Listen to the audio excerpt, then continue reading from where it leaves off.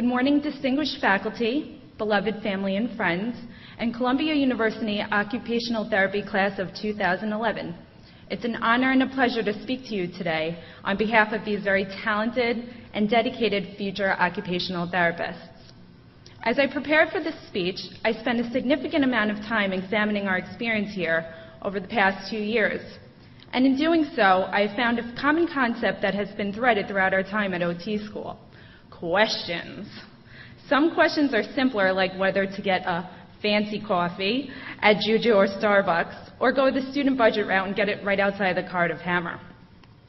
We've been asked a ton of exam-type questions. Arguably the most memorable, biceps femoris, is? That was for you, Dr. Evander.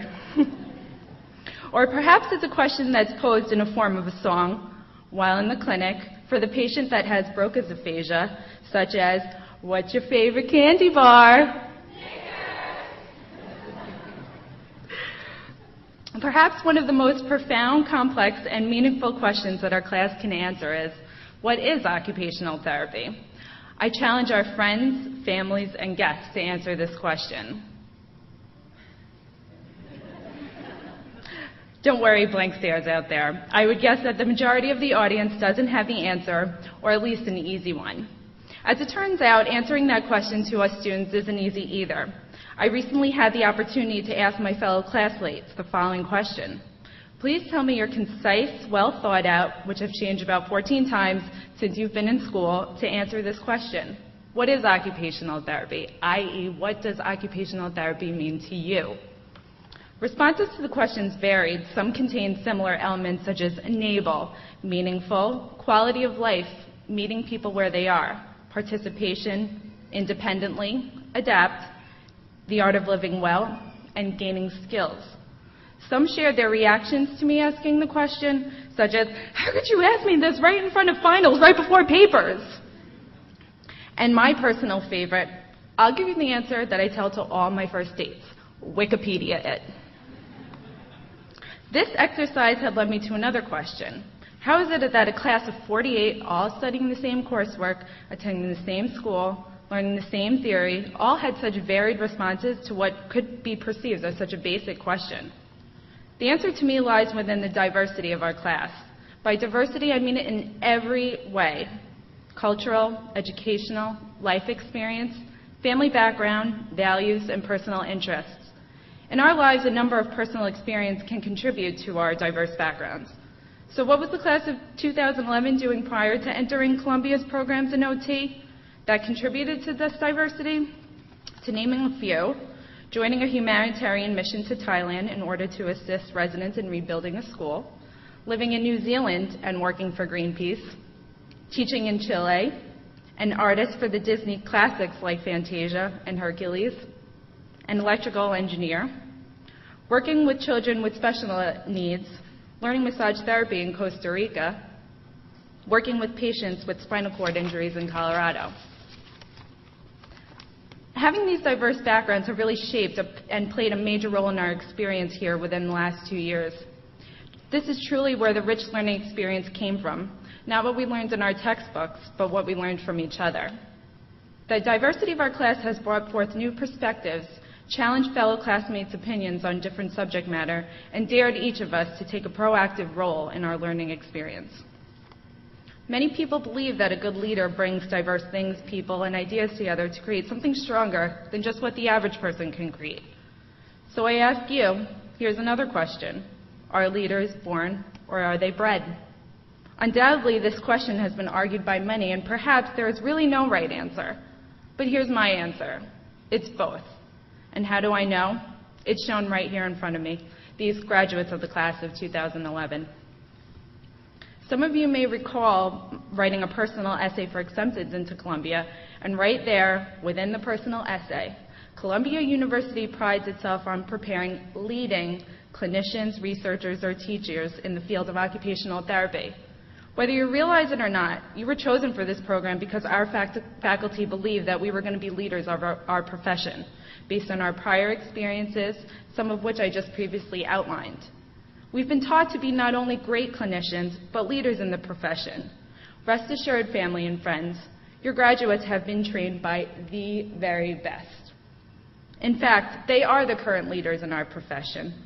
Our full-time faculty consists of the editor-in-chief of the American Journal of Occupational Therapy, the professor spoken about in the following interaction at the AOTA conference. You know Dr. Gillen. You mean Glenn? You call him Glenn? Yeah, he's my professor. Oh my gosh, I am so getting that guy's autograph. True story. The professor whose dedication to research will change the profession's rehabilitative approaches to hand function. The expert in the area of neuroscience who isn't afraid to get on her soapbox to state her thoughts on what the issue is regarding the framework. And quite literally, we have to put her on the soapbox because no one will ever see her if we didn't put her on top of there. The professor who will work in mental health will change not only how OTs work, but the medical professions work with the homeless population. The professor who makes us realize that our positions don't end at the clinic, but teaches us that there's a bigger being called the healthcare system, and ensures us that we understand it and it's important for us to advocate. The professor who wore so many hats this year, managing to teach us how to provide a continuum of care for older adults, place us both level 1 and level 2 fieldwork experiences, and still come in with a smile on her face, iced coffee in hand. The professor who is recognized by the AOTA as an outstanding contributor to pediatric global health and was honored as the special event speaker for the International Breakfast at this year's conference. And finally, the program director who really values student ideas and suggestions so much that we recently honored her with a You Kick Butt trophy. These people, fellow graduates and guests, are the rock stars who have taught us and trained us, and I think that's pretty fantastic.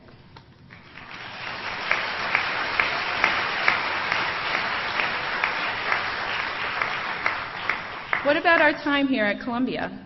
What have you experienced during the course of our program that exemplified leadership?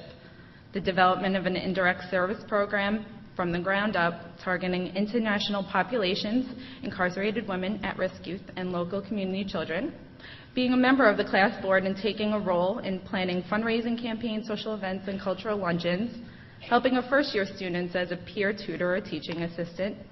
The group of students whose bucket drumming protocol started as a group dynamics project for the Fort Washington Men's Shelter and has since been replicated to other mental health, MS, and geriatric facilities.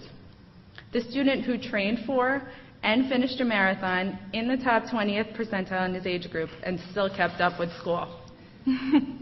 The various research groups who exemplified the true meaning of teamwork, working vigorously to compose a literature review, collect and analyze data on various topics in OT, which could be presented at a future AOTA conference. The students who in just 6 days will be leaving for Nicaragua for an international service learning experience where they will examine the role of culture and context on the delivery of OT services while working in a pediatric clinic. And the list goes on, and it continues to be more impressive than just discussed here. I asked you fellow classmates the question, what is OT? Because I wanted you to reflect what it means to you. It's important because it will drive our practice, how we carry out treatment, and how we work with our clients. It's meaningful. It's our personal mantra. And as suspected, it means something different to everyone. It's diverse. We're diverse. And this very diversity has contributed to the leadership that we had, have, and will become. While this is not a formal definition, I heard a description of OT that I tend to keep in my back pocket because it motivates me and reminds me that I have the tools to be a successful occupational therapist. What we do is simple, but what we know is complex. Think about that. What we do is simple, what we know is complex. From an outsider's perspective, OT can actually look quite simple.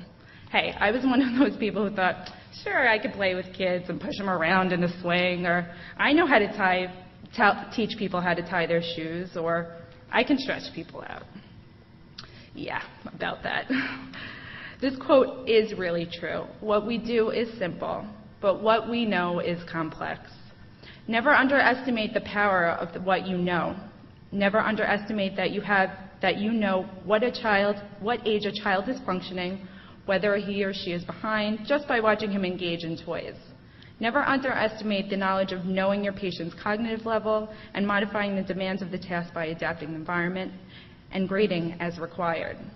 Never underestimate understanding how you know that the body works on many levels, biomechanically, physically, mentally, emotionally, and have a theoretical and evidence-based rationale for your treatment and intervention.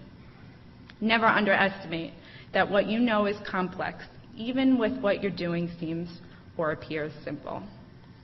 I found a quote that I felt is suitable for the discussion of leadership, and that is, leadership is the challenge to be something more than average. Many people believe that a good leader brings diverse things, people, and ideas together to create something stronger than just what the average person can create. All of you have surpassed this challenge, from your diverse experiences prior to attending Columbia to what you have put forth here. Guests, friends, loved ones, as you can see, you have come here to support an extraordinary group of diverse individuals. For them, their definition of OT will be different, but their leadership is what makes them alike. Class of 2011, never underestimate what you know and what you have accomplished. You have something within you that led you to occupational therapy, and we're taught to become not an average clinician, but one that will be a leader of our profession. Thank you.